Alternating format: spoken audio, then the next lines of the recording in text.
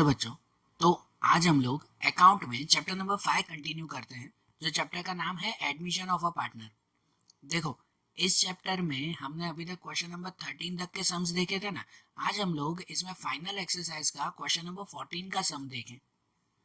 तो देखो, इसमें जो है वो आप लोग अपनी टेक्स्ट बुक अपने साथ में रखो, कि जिसमें पेज नंबर 211 और 12 पे ये सम दिया हुआ है। क्वेश्चन नंबर 14 में जैसे पहले लिखा हुआ है कि Rutvi and Princy are partners sharing profit and loss in a ratio of 5:3। The balance sheet of their firm as on 31/3/17 was as under. यहाँ पे नीचे बैलेंस शीट दी गई है ना, और उसके साथ लिखा हुआ है कि they admitted Manan as a partner on 1/4/17 on the following terms. मतलब इसमें पहले जो है वो ये दो पार्टनर थे, रुतवी और प्रिंसी, और उन्होंने नए पार्टनर मनन को एडमिशन दिया है, बराबर। और नीचे ये एडजस्टमेंट लिखे हुए हैं। लेकिन सबसे पहले हम लोग अकाउंट्स देख लेना कि कौन कौन से अकाउंट बनाने हैं। सबसे पहले ये चेक करते हैं कि कैपिटल अकाउंट के साथ करंट अकाउंट बनाना है कि नहीं बनाना। पहले वो एक चीज़ चेक कर लेते हैं। तो यहाँ पे बनाना पड़ेगा, क्योंकि बैलेंस शीट में देखो कैपिटल अकाउंट और करंट अकाउंट दोनों दिए हुए हैं। मतलब कि हमें इसमें करंट अकाउंट भी बनाना पड़ेगा ना। मतलब टोटल पांचों अकाउंट हमें तैयार करने हैं, कि जिसमें सबसे पहले हम लोग तैयार करेंगे रीवैल्यूएशन अकाउंट। रीवैल्यूएशन अकाउंट के बाद दूसरा तैयार करेंगे, वो आएगा partners capital account. Capital account के बाद दूसरा वो करंट अकाउंट, बराबर। कैपिटल अकाउंट छोटा सा ही तैयार करेंगे कि उसमें सिर्फ कैपिटल की एंट्री होती है। तीनों पार्टनर का नेम लिखेंगे, रुतवी, प्रिंसी और मनन।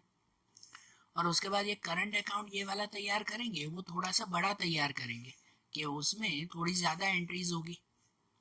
करंट अकाउंट के बाद दूसरा तैयार करेंगे, वो आएगा कैश अकाउंट, बराबर ना। कैश अकाउंट में भी ज़्यादा एंट्रीज नहीं होती, वो भी भले छोटा सा ही तैयार कर सकते हो। और उसके बाद आएगा वो आएगा बैलेंस शीट। ये पांचों अकाउंट तैयार हो गए ना, तो उसके बाद एक एक करके जो है वो एडजस्टमेंट शुरू करते हैं। तो देखो, जैसे कि उसमें सबसे पहला एडजस्टमेंट दिया हुआ है कि Manan will bring his personal furniture of ₹75,000 as capital. भाई मनन जो है वो अपना personal furniture as a capital लेके आता है। हर सम में पहली एंट्री यही होती है कि जो नया पार्टनर होता है ना कुछ अपने साथ लेके आता है, कैश लेके आता है जनरली। लेकिन यहाँ सम में क्या दिया हुआ है कि वो कैश नहीं लेके आया, कैश की जगह पर फर्नीचर लेके आया है। बात तो यही हुई ना, नया पार्टनर जो भी आएगा खाली हाथ तो आएगा नहीं, अपने साथ कुछ तो लेके आएगा। तो यहाँ वो फर्नीचर लेके आ रहा है। तो जनरली कैश लेके आता है तो हम लोग उसकी एंट्री क्या करते हैं, कैश अकाउंट के डेबिट में लिखते हैं ना। लेकिन यहाँ पे वो फर्नीचर लेके आया है, तो फर्नीचर की एंट्री कहाँ पे करते हैं, तो फर्नीचर की एंट्री करते हैं बैलेंस शीट के एसेट में। बैलेंस शीट के एसेट में लिखा जाएगा ना फर्नीचर, बरोबर ना। तो हम लोग सबसे पहले यही इसी बैलेंस शीट के एसेट्स में ऊपर लिखें सबसे पहले ये फर्नीचर, और ब्रैकेट में लिखेंगे मनन, कि ये मनन लेके आया है फर्नीचर। कितना, तो 75,000 रुपीज। ये लिखेंगे ना कि मनन का फर्नीचर है। और इसकी दूसरी एंट्री कहाँ पर, तो दूसरी एंट्री तो कैपिटल अकाउंट में ही जाएगा, क्योंकि एज अ कैपिटल लेके आया है। तो कैपिटल अकाउंट में ही ना, कैपिटल अकाउंट के क्रेडिट में लिखेंगे कि ये फर्नीचर लेके आया है मनन। तो दूसरा कैपिटल अकाउंट के क्रेडिट में जाए और वहां पे ये लिखें फर्नीचर, और किस में, मनन में लिखेंगे 75,000।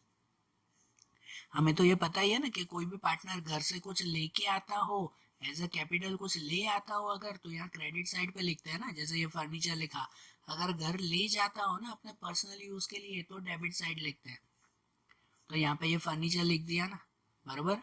उसके बाद दूसरा एडजस्टमेंट देखो, कि इसमें दिया हुआ है कि out of creditor 60,000 are payable to Manan which is to be transfer to his capital account.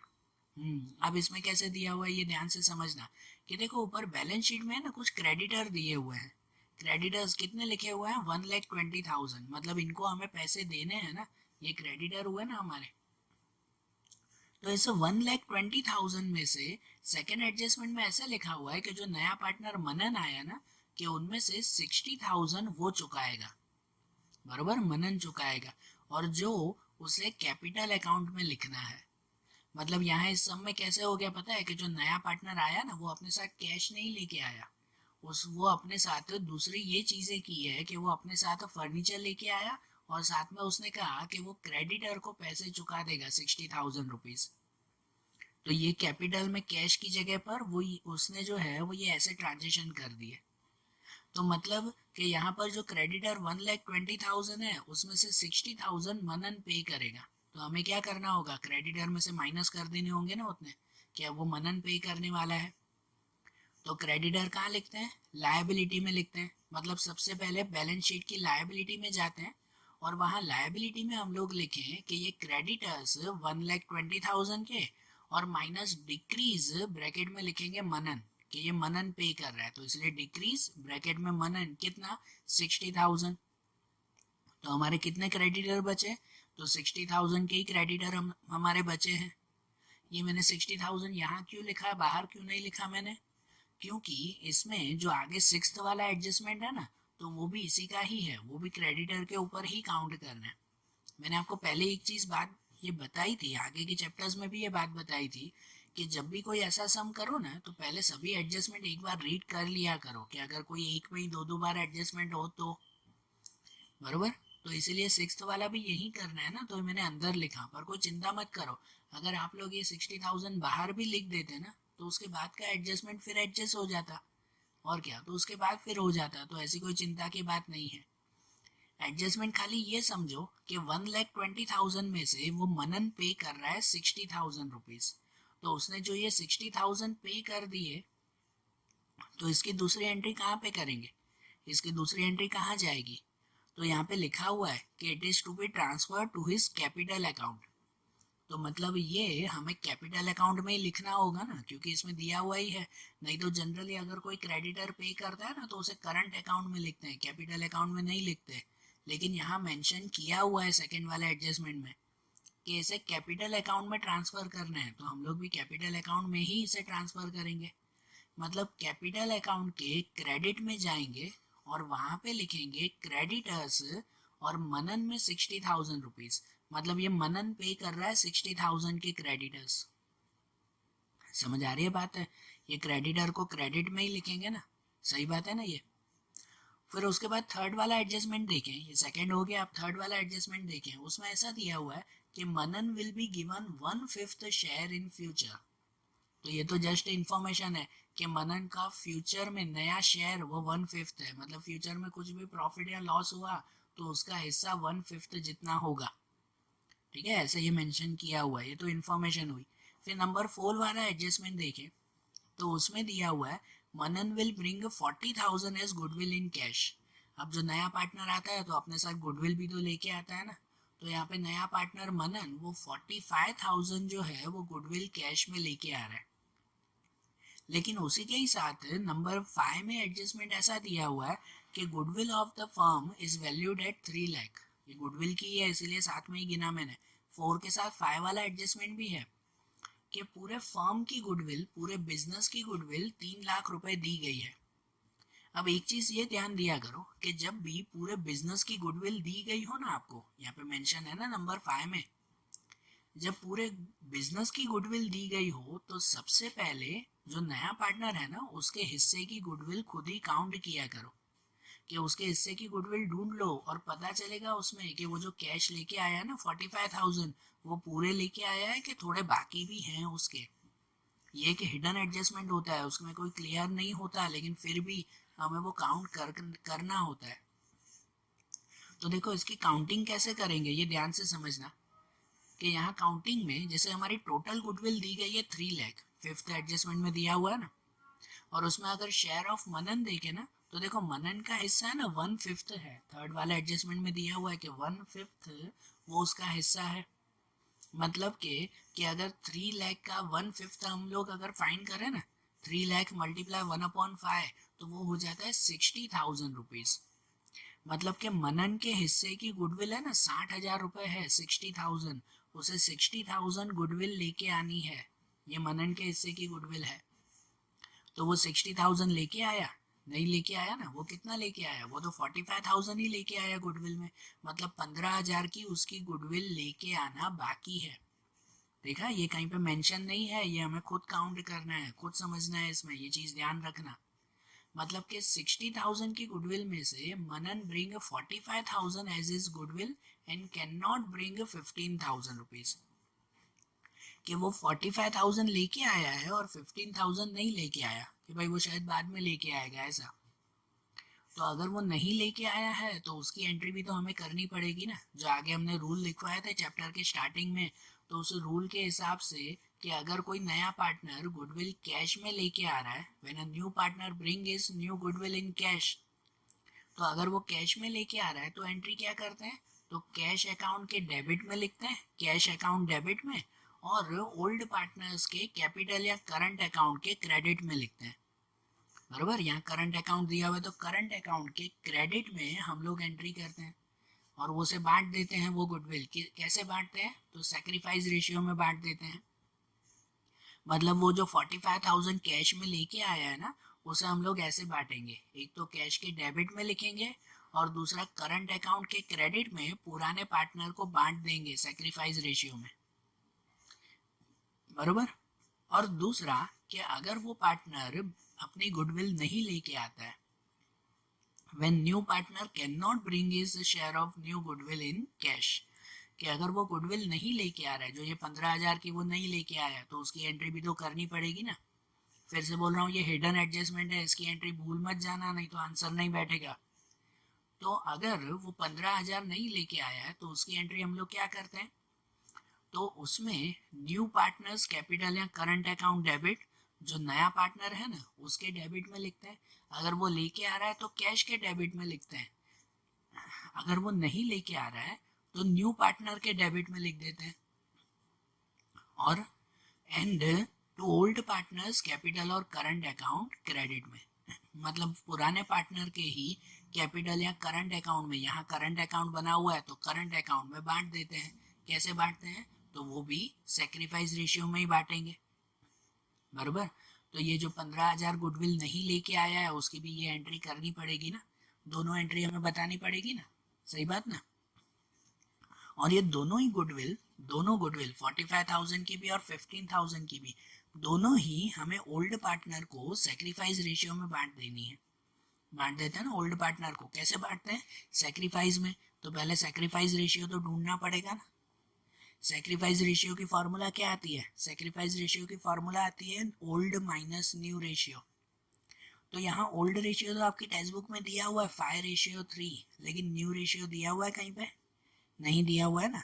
तो हमें पता है कि अगर न्यू रेशियो न दिया हुआ हो ना तो ओल्ड रेशियो को ही सेक्रीफाइस रेशियो मान लेते हैं।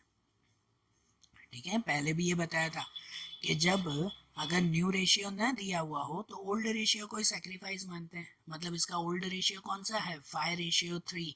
मतलब जो ये गुडविल बांटेंगे ना वो कैसे बांटेंगे, 5:3 में बांटेंगे हम लोग। और गुडविल कैसे बांटते हैं ये तो ध्यान है ना अभी आपको, कि जैसे 45,000 भी अगर हमें 5:3 में बांटना है तो ये 45,000 को ही एक बार 5/8 से मल्टीप्लाई, 5:3 है तो रेशियो मतलब दोनों का प्लस कर देते हैं ना, कि एक ये 5 और दोनों का प्लस 8, 5/8 से मल्टीप्लाई। और दूसरा कि ये जो 15,000 हमें बांटना है वो 15,000 का भी एंट्री, हाँ मतलब 45,000 में ही पहले दोनों से ना, कि 5/8 से और एक बार जो है वो 3/8 से, 45,000 ही दोनों ऐसे ही बांटेंगे ना, 5/8 और 3/8। और दूसरा जो 15,000 भी हमें बांटना है वो 15,000 भी ऐसे ही बांटेंगे। बराबर ना, एक बार 5/8 से मल्टीप्लाई और एक बार 3/8 से मल्टीप्लाई, ऐसे दोनों पुराने पार्टनर को बांट देंगे हम लोग। ठीक है, तो देखो अब एक एक करके एंट्री करें। पहले ये 45,000 की एंट्री कर दें हम लोग, कि 45,000 वो कैश लेके आ रहा है तो उसकी एंट्री कहाँ करते हैं, तो उसकी पहली एंट्री तो जाती है कैश अकाउंट के डेबिट में। मतलब कि पहली एंट्री हम लोग लिखेंगे कैश के डेबिट में, वहां पे लिखें प्रीमियम ऑफ गुडविल कितना, 45,000 रुपीज प्रीमियम ऑफ गुडविल लिखेंगे ना, ये नई गुडविल है। और इसकी दूसरी एंट्री कहाँ, तो इसकी दूसरी एंट्री पार्टनर्स करंट अकाउंट में क्रेडिट में बांट देंगे, उसे 5:3 में बांट देंगे पुराने पार्टनर को सिर्फ। तो पार्टनर्स करंट अकाउंट के क्रेडिट में जाते हैं और करंट अकाउंट के क्रेडिट में जाएं और वहां पे लिख दें प्रीमियम ऑफ गुडविल। ये 45,000 दोनों को बांट दिया जाएगा 5:3 में। मतलब 45,000 को एक बार 5/8 से मल्टीप्लाई करोगे तो मिलेगा 28,125, ये रुत्वी को मिलेगा। और वही 45,000 को एक बार 3/8 से मल्टीप्लाई करोगे तो 16,875 ये एक बार प्रिंसी को मिलेगा, बरोबर। तो ये 45,000 का बंटवारा हो गया ना, दोनों को बांट दिया गया ना। अब दूसरी उस 15,000 की एंट्री करेंगे जो हिडन एडजस्टमेंट है। 15,000 जो गुडविल बाकी है उसकी एंट्री भी करनी पड़ेगी। तो 15,000 की एंट्री कहाँ करते हैं, तो उसकी पहली एंट्री आती है यही करंट अकाउंट में ही, डेबिट में, जो नए पार्टनर के नाम में लिखेंगे, नया पार्टनर मनन, उसमें लिखेंगे कि ये गुडविल नहीं लेके आया है उसके लिए। तो मतलब पहली एंट्री यही करंट अकाउंट के डेबिट में लिखें और यहाँ पे लिखें कि ये प्रीमियम ऑफ गुडविल कितना, तो 15,000 रुपीज़, ये 15,000 रुपये नहीं लेके आया ना। और उसकी दूसरी एंट्री, तो उसकी दूसरी एंट्री यहीं पे ही आएगी क्रेडिट में, यही क्रेडिट में ही वो दोनों पार्टनर को बांट दिए जाएंगे ये, बरोबर। जो ये 15,000 हैं वो दोनों को बांट दिए जाएंगे फिर। तो ये दोनों को कैसे बांटेंगे हम लोग, वही 5:3 में। तो यही 15,000 यहीं पे ही अगर 5:3 में दोनों को बांट दे तो प्रीमियम ऑफ गुडविल करके ही लिखेंगे। रुतवी में ये 9,375 और ये प्रिंसी में 5,625। तो ऐसे हो गई ना इनकी एंट्री, बराबर। गुडविल की एंट्री कंप्लीट। अब हम लोग आगे का एडजस्टमेंट देखें। ये मेन एंट्री गुडविल की कंप्लीट हो गई, उसके बाद फिर सिंपल एडजस्टमेंट है। जैसे कि देखो नंबर 6 वाला एडजस्टमेंट, उसमें ऐसे दिया हुआ है कि credit purchase of ₹15,000 which was not recorded in creditor account and purchase account but it is included in closing stock। ऐसे दिया हुआ है कि जो क्रेडिट परचेस है 15,000 का, जिसे लिखना भूल गए कि कुछ परचेस किया था लेकिन उसे मेंशन करना भूल गए, लिखना भूल गए हैं, उसे क्रेडिटर और परचेस अकाउंट में लिखना भूल गए लेकिन स्टॉक में लिख दिया है। मतलब स्टॉक में कुछ करना नहीं है हमें, हमें अगर लिखना भूल गए हैं तो क्रेडिटर में और परचेस अकाउंट में प्लस करेंगे। अब उनमें से परचेस अकाउंट भी तो हमने बनाया नहीं है ना, बनाया है परचेस अकाउंट नहीं ना, परचेस अकाउंट तो वो ट्रेडिंग अकाउंट में बनता है। तो यहाँ सिर्फ क्रेडिटर हमारे हैं, उस क्रेडिटर में हम लोग प्लस करेंगे, सिर्फ और सिर्फ क्रेडिटर में ये प्लस होगा 15,000 रुपये। तो क्रेडिटर कहाँ लिखते हैं हम लोग, लायबिलिटी में लिखते हैं ना। तो सबसे पहले बैलेंस शीट की लायबिलिटी में जाते हैं और वहाँ पे ये हमने क्रेडिटर लिखे थे ना, यहाँ अंदर लिखा था 60,000 रुपीज़, कि इसमें प्लस इंक्रीज करेंगे 15,000, कि 15,000 बढ़ गए उसमें, तो बाहर कितना लिखा जाएगा 75,000 रुपीज़। और ये एडजस्टमेंट की दूसरी एंट्री कहाँ, कि ये जो 15,000 बढ़ गए इसको दूसरा कहाँ पे लिखेंगे, तो इसकी दूसरी एंट्री जाएगी रीवैल्यूएशन अकाउंट में। देखो ये जो 15,000 बढ़ गए तो वो एक तरह से हमारा नुकसान हुआ ना, कि पहले हमें जितने पैसे देने थे अब उससे ज़्यादा पैसे देने हैं हमें। तो मतलब ये एक तरह का नुकसान हुआ, लॉस हुआ हमारा। और लॉस कहाँ पे लिखते हैं, तो रीवैल्यूएशन के डेबिट में लिखते हैं, बराबर ना, रीवैल्यूएशन के डेबिट में लिखा जाएगा। तो हम लोग अब रीवैल्यूएशन के डेबिट में जाते हैं और वहाँ पे ये लिखते हैं कि ये क्रेडिटर्स, कितने क्रेडिटर्स, तो ये क्रेडिटर 15,000 रुपीज़, बराबर, कि 15,000 का हमें ज़्यादा लॉस हो गया। समझ आई बात। अब उसके बाद नंबर 7 वाला एडजस्टमेंट है कि उसमें ऐसे दिया हुआ है कि market value of stock is of 45,000 is ₹36,000।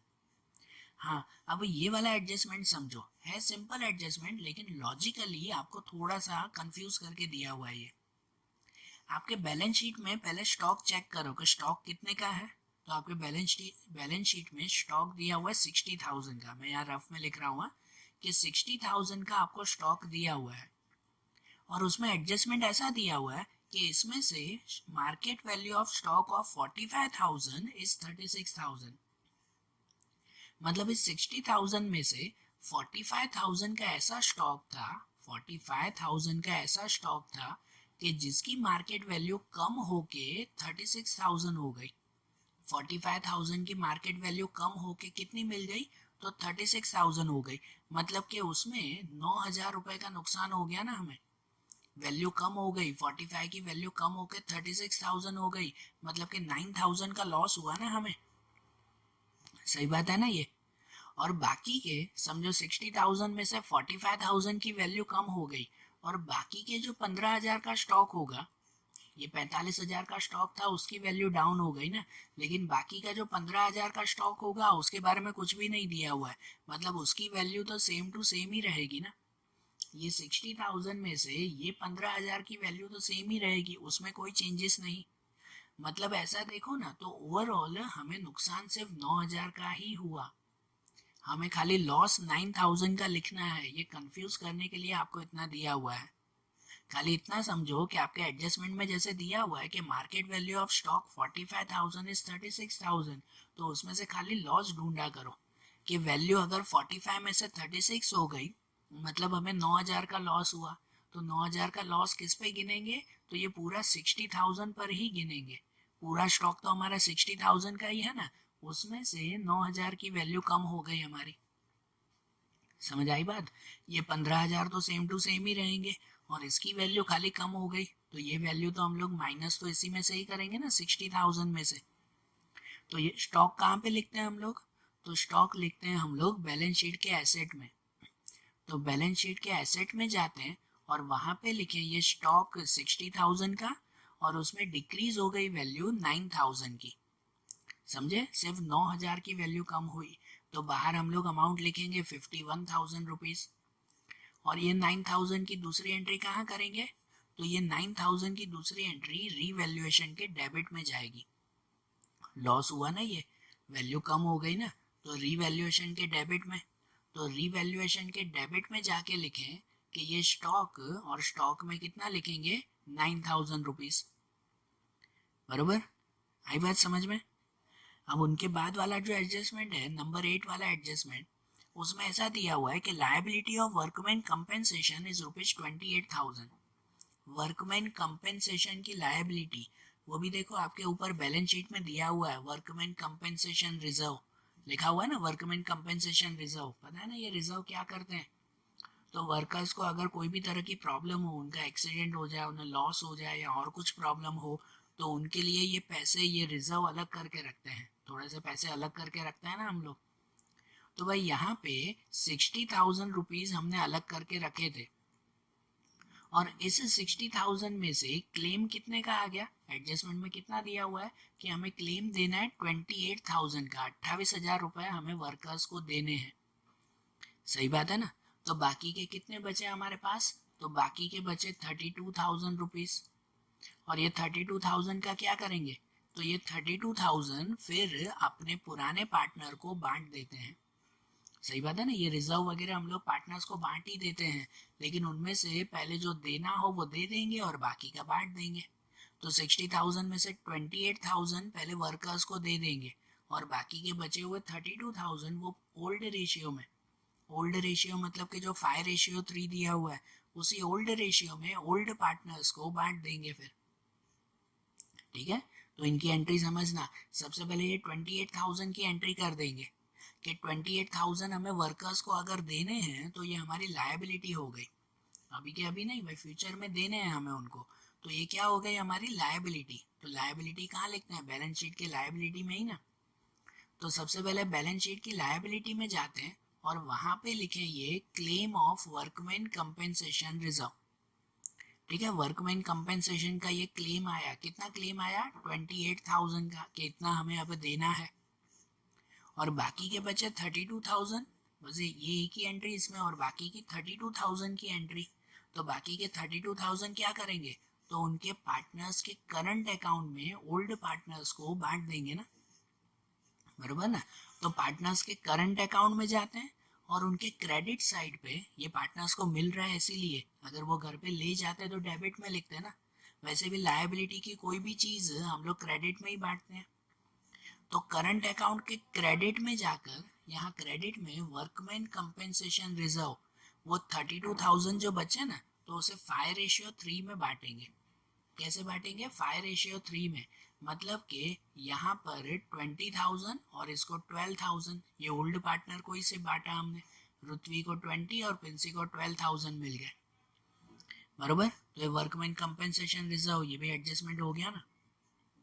फिर नंबर 9 वाला एडजस्टमेंट, तो नंबर 9 के एडजस्टमेंट में क्या दिया हुआ है, उसमें ऐसा लिखा हुआ है कि occurred interest on investment ₹24,000 is not recorded. Occurred interest on investment मतलब कि इन्वेस्टमेंट के ऊपर हमें इंटरेस्ट मिलने वाला है। अकर्ड मतलब आउटस्टैंडिंग इंटरेस्ट है कि अभी मिला नहीं है लेकिन मिलने वाला है, जिसे हमने लिखा नहीं, रिकॉर्ड नहीं किया है।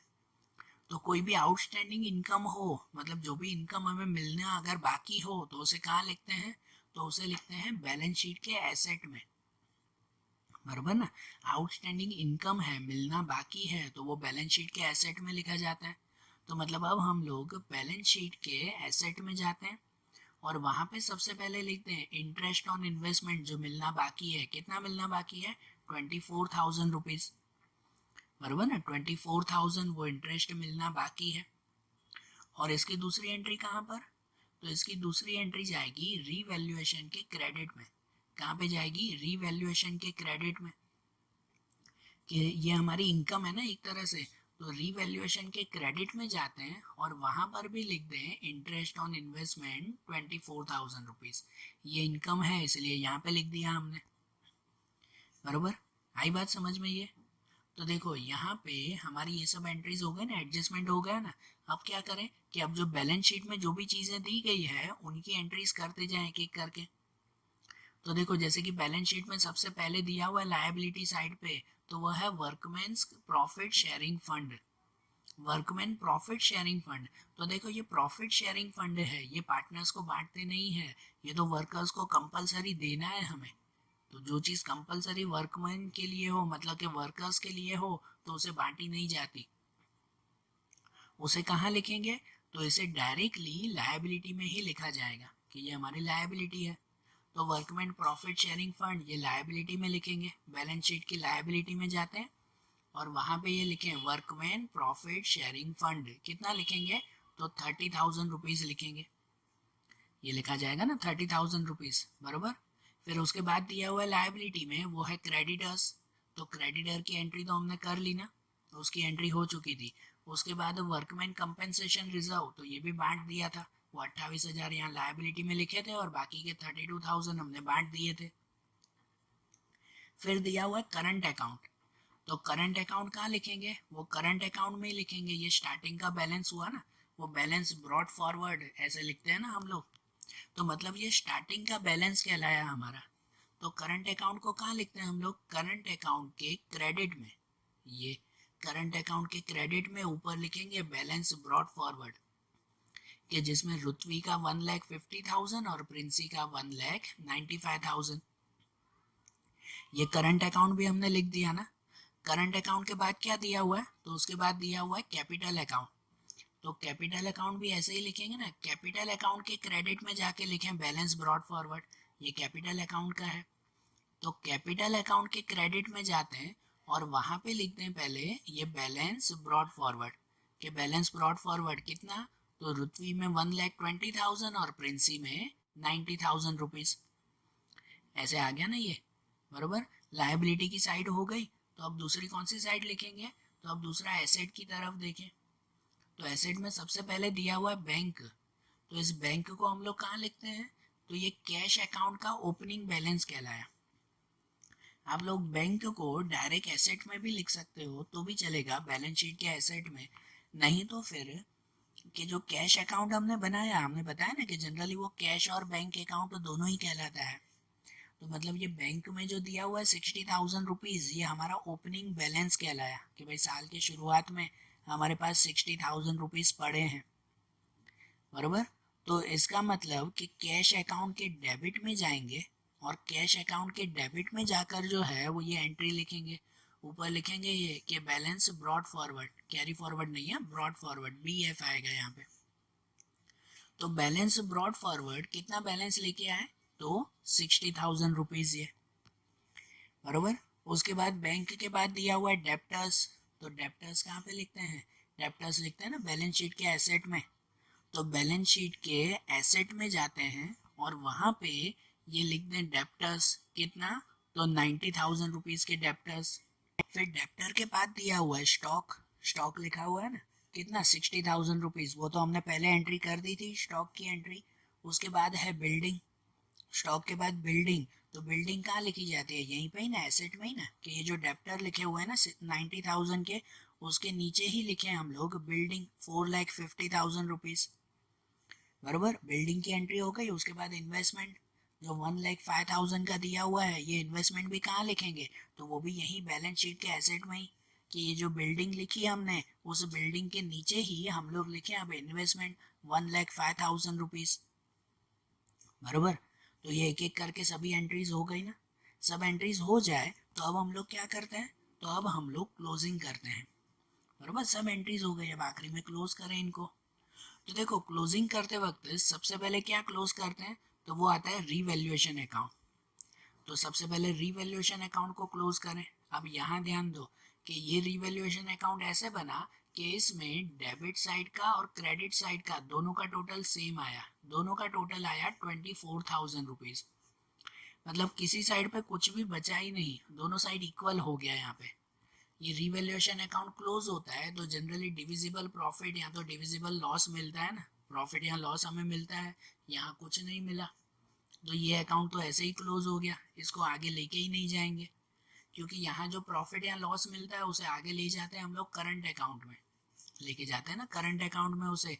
अब यहाँ कुछ बचा ही नहीं ना, तो करंट अकाउंट में क्या लेके जाएंगे, कुछ भी नहीं। ये तो यही का यही। तो इसके बाद सीधा ही हम लोग करंट अकाउंट को क्लोज करें, बराबर। तो अब करंट अकाउंट में जाते हैं और करंट अकाउंट की क्लोजिंग करें। एक एक करके क्लोजिंग करेंगे, चेक करेंगे किस साइड का टोटल ज़्यादा है। समझो पहले रुतवी में चेक करते हैं, तो रुतवी में क्रेडिट साइड ही सब दिया हुआ है। तो क्रेडिट साइड का टोटल पहले करेंगे कि इस साइड का टोटल आया 2,07,500 रुपीज़, 2,07,500। और वही टोटल यहाँ पे भी लिखेंगे 2,07,500। और उसमें से ऊपर कुछ माइनस के लिए नहीं है तो यहीं पे ही लिखा जाएगा 2,07,500। इसे क्या लिखेंगे, बैलेंस कैरी फॉरवर्ड, कि ये बैलेंस कैरी फॉरवर्ड, भाई इस बैलेंस को अब आगे लेके जाना है। कहाँ कैरी फॉरवर्ड करेंगे, तो बैलेंस शीट में इसे, ठीक है। उसके बाद प्रिंसी को चेक करें कि भाई इसमें किस साइड का टोटल, तो इसमें भी क्रेडिट साइड का ही टोटल ज़्यादा दिया हुआ है ना। तो पहले क्रेडिट साइड का टोटल करें कि इस साइड का टोटल आया 2,29,500, ये क्रेडिट साइड का टोटल। और उतना ही टोटल फिर यहाँ पे भी लिखेंगे क्रेडिट साइड में 2,29,500। और उसमें से ऊपर कुछ माइनस के लिए नहीं है तो यहीं पे ही ये लिखा जाएगा 2,29,500, ये भी बैलेंस कैरी फॉरवर्ड में। उसके बाद मनन को देखें हम लोग, तो मनन में यहाँ डेबिट साइड में दिया हुआ है कि ये डेबिट साइड में दिया हुआ है 15,000 रुपीज़। और यही 15,000 फिर यहाँ पे लिखेंगे, ये यहीं पे ही लिखें 15,000। इसमें ऊपर कुछ माइनस के लिए नहीं है तो 15,000 फिर यहाँ लिखा जाएगा। और उसमें क्या लिखेंगे, बैलेंस कैरी फॉरवर्ड, बराबर ना। ये भी बैलेंस आगे लेके जाएंगे ना बैलेंस शीट में। मतलब देखो कि यहाँ पे रुतवी और प्रिंसी में यहाँ डेबिट साइड पे आया ये बैलेंस कैरी फॉरवर्ड, और ये मनन में यहाँ क्रेडिट साइड पे पहुंचा ये बैलेंस कैरी फॉरवर्ड, बराबर। तो इसे जब बैलेंस शीट में लेके जाते हैं ना तो ये चीज़ ध्यान रखते हैं कि जो ये डेबिट साइड में आए ना तो उसको बैलेंस शीट की लायबिलिटी में लिखते हैं। कहाँ लिखते हैं हम लोग, बैलेंस शीट की लायबिलिटी में। और अगर ये जो क्रेडिट साइड में आ रहा है यहाँ पर तो उसे ले जाते हैं बैलेंस शीट के एसेट में। कहाँ लेके जाएंगे, बैलेंस शीट के एसेट में। ऐसे करेंगे ना दोनों एंट्री। तो ये ध्यान देना कि रुतवी और प्रिंसी को बैलेंस शीट की लायबिलिटी में लिखेंगे और ये मनन को हम लोग बैलेंस शीट की एसेट में लिखेंगे। तो देखो अब इनकी एंट्री हम लोग कैसे करें, तो यहाँ पर बैलेंस शीट की लायबिलिटी में लिखें ये करंट अकाउंट, और करंट अकाउंट में ये रुतवी और प्रिंसी उन दोनों का नाम, कि रुतवी में 2,07,500 और प्रिंसी में 2,29,500। बाहर टोटल ये आ जाएगा 4,37,000, बराबर। और यहाँ पे एसेट में लिखेंगे करंट अकाउंट ब्रैकेट में मनन, कि ये सिर्फ मनन का करंट अकाउंट यहाँ पे लिखेंगे, कितना, तो 15,000 रुपीज़। ऐसे आएगा ना ये, बराबर। तो करंट अकाउंट क्लोज हो गया। अब उसके बाद क्या क्लोज करेंगे, तो वो कैपिटल अकाउंट। तो अब कैपिटल अकाउंट में जाते हैं, उसमें तो क्रेडिट साइड का ही टोटल होता है ना। तो यहाँ पे क्रेडिट साइड का टोटल कर दे कि भाई पहले रुतवी में यहाँ पे 1,20,000, तो यहाँ पे भी लिखेंगे 1,20,000। यहाँ ऊपर कुछ माइनस के लिए है ही नहीं तो यहाँ पे भी 1,20,000 ही लिखा जाएगा, ये बैलेंस कैरी फॉरवर्ड में, कि अब ये बैलेंस भी आगे लेके जाएंगे। उसके बाद प्रिंसी में तो प्रिंसी में यहाँ पे दिया हुआ है 90,000 रुपीज, तो वही टोटल यहाँ पे भी लिखेंगे 90,000 रुपीज। और इस 90,000 में से ये ऊपर कुछ माइनस के लिए नहीं है, तो यहाँ पे भी 90,000 ही लिखा जाएगा, बरोबर। प्रिंसी के लिए यहाँ पे भी वही। फिर मनन में, तो मनन में इस साइड दोनों का टोटल आ जाएगा 1,35,000, और यहाँ पे भी वही आएगा 1,35,000 रुपीज। उसमें से भी ऊपर कुछ माइनस के लिए है नहीं, तो यहाँ पे ये 1,35,000 रुपीज ही लिखा जाएगा, बराबर। और ये जो तीनों का बैलेंस आया ना, ये तीनों का बैलेंस अब कहाँ कैरी फॉरवर्ड करेंगे, तो बैलेंस शीट में, बैलेंस शीट की लायबिलिटी में लिखेंगे ये तीनों को। तो अब बैलेंस शीट की लायबिलिटी में जाएं और वहां पे ये ऊपर लिख दें कैपिटल अकाउंट, जिसमें रुत्वी, प्रिंसी और मनन तीनों का नाम, तीनों का कैपिटल लिखेंगे और बाहर उसका टोटल 3,45,000 रुपीज, बरोबर। ये कैपिटल अकाउंट भी क्लोज हो गया। अब आखिरी में क्या बचा हमारा, तो आखिरी में बचा अब कैश अकाउंट, कि अब कैश अकाउंट की क्लोजिंग करेंगे। तो कैश अकाउंट में यहाँ डेबिट साइड पे ही दिया हुआ है कि डेबिट साइड पे इन दोनों का टोटल आया 1,05,000 रुपीज, और वही टोटल यहाँ पे भी लिखा 1,05,000 रुपीज। उसमें से ऊपर कुछ माइनस के लिए नहीं है, तो यही यहाँ पे भी लिख देंगे 1,05,000 रुपीज। इसे क्या लिखेंगे, बैलेंस कैरी फॉरवर्ड, बराबर ना। ये बैलेंस अब आगे लेके जाएंगे ना हम लोग। ये बैलेंस कहाँ लेके जाते हैं, तो बैलेंस शीट के एसेट में, एसेट में लिखते हैं ना ये कैश को, तो बैलेंस शीट के एसेट में जाते हैं और वहां पे लिखते हैं ये कैश अकाउंट 1,05,000 रुपीज। ये सब हो गया ना, तो अब फाइनली बैलेंस शीट का भी टोटल कर देंगे कि बैलेंस शीट में पहले इस साइड का टोटल हम लोग कर दें, तो इस साइड का टोटल आएगा 9,15,000 रुपीज। और फिर यहाँ एसेट साइड का भी टोटल अगर कर दें तो इस साइड का टोटल आ जाएगा 9,15,000 रुपीज। अगर दोनों का टोटल आपका इक्वल आ जाए, इसका मतलब आपका सम करेक्ट है, बरोबर ना। आपने करेक्ट वैल्यू लिखी है, इसका मतलब ये ना, समझ आई बात। तो देखो आज जैसे हमने ये क्वेश्चन देखा ना, क्वेश्चन नंबर 14, अब ऐसे ही इनके दूसरे क्वेश्चन चैप्टर के वो अब हम लोग अगले वीडियोस में देखेंगे। Okay, thank you.